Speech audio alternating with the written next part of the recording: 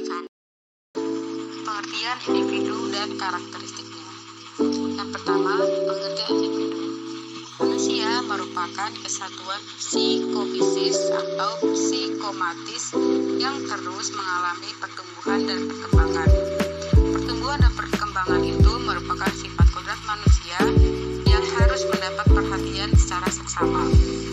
Kemudian yang kedua, karakteristik individu.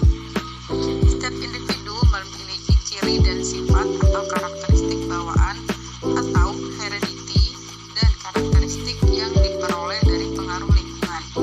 Karakter bawaan merupakan karakteristik keturunan yang dimiliki sejak lahir, baik yang menyangkut faktor biologis maupun faktor sosial psikologis. Konsep dasar perbedaan individu.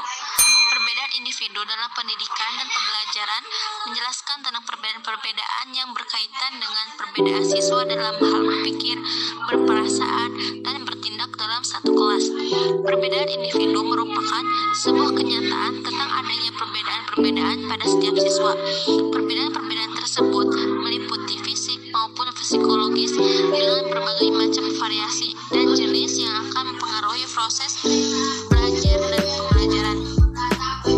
Hasilnya, keberhasilan maupun kegagalan proses pembelajaran akan terlihat dalam bentuk prestasi belajar dan perilaku siswa sebagai hasil belajar.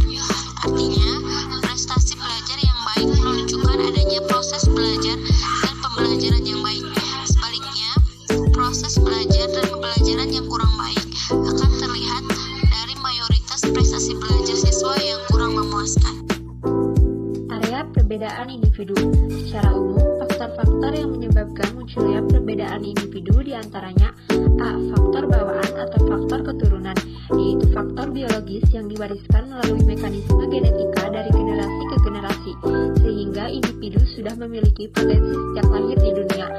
Perbedaan gen pada setiap individu merupakan alasan mengapa munculnya fisik, sifat, psikologi, dan perilaku dengan orang lain, bahkan dengan saudara sendiri. B. Faktor lingkungan.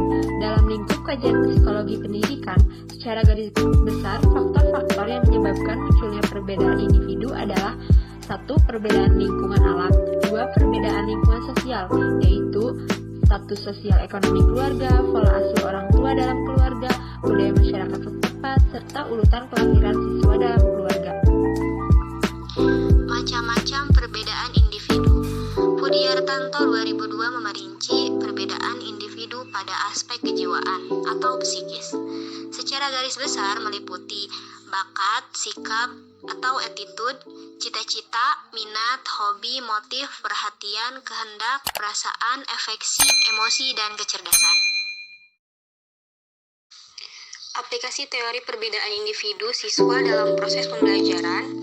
Perbedaan individu sudah pasti akan berdampak pada tingkat kecepatan, metode, dan aktivitas siswa dalam belajar dan mengikuti proses pembelajaran.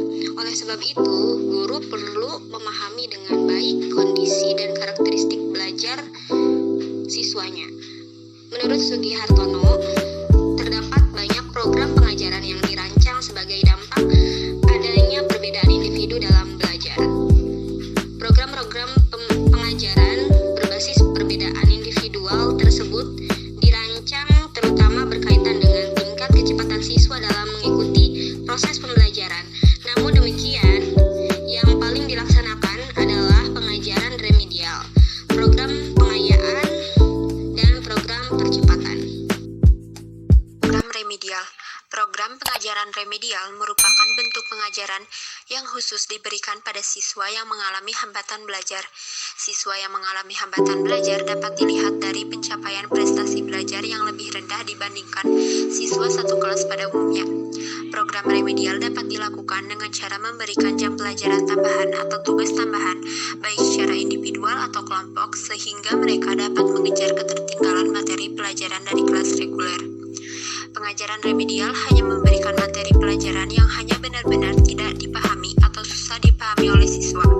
Oleh sebab itu, adanya fokus materi pelajaran yang diberikan diharapkan dapat membantu siswa mengejar ketertinggalan materi pelajaran dan kembali mengikuti kelas reguler serta mencapai hasil belajar yang optimal. 2. Program pengayaan. Program pengayaan merupakan proses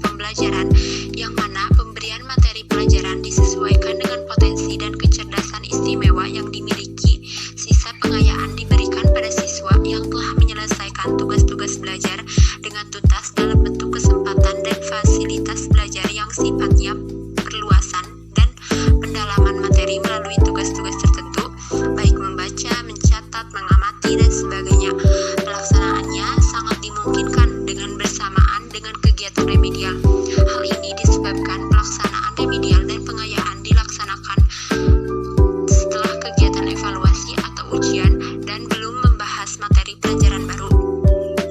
3. Program percepatan. Program percepatan merupakan pemberian layanan program pembelajaran yang disesuaikan dengan bakat, kemampuan, tingkat kecepatan dalam belajar, dan kecerdasan yang dimiliki siswa.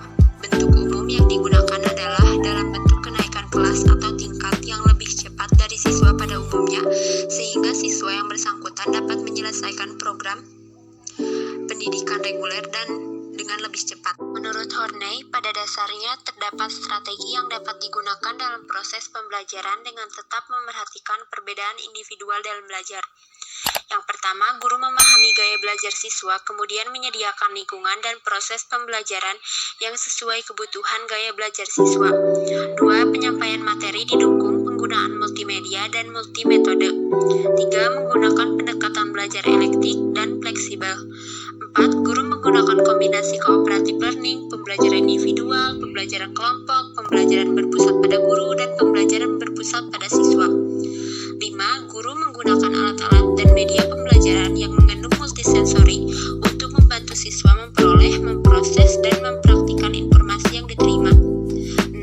Guru memberikan umpan balik selama proses pembelajaran dengan segera, konsisten, dan jelas. Yang terakhir, guru mengevaluasi pencapaian program belajar siswa berdasarkan tujuan atau syarat-syarat pencapaian yang telah ditentukan, melakukan observasi perilaku, dan juga Sekian dari kelompok kami, kurang dan lebihnya mohon maaf. Jika pinang melukai tubuh, masih ada harapan sembuh, namun jikalau lidah melukai hati, kemana obat hendak dicari. Wabillahi taufiq wal hidayah. Wassalamualaikum warahmatullahi wabarakatuh.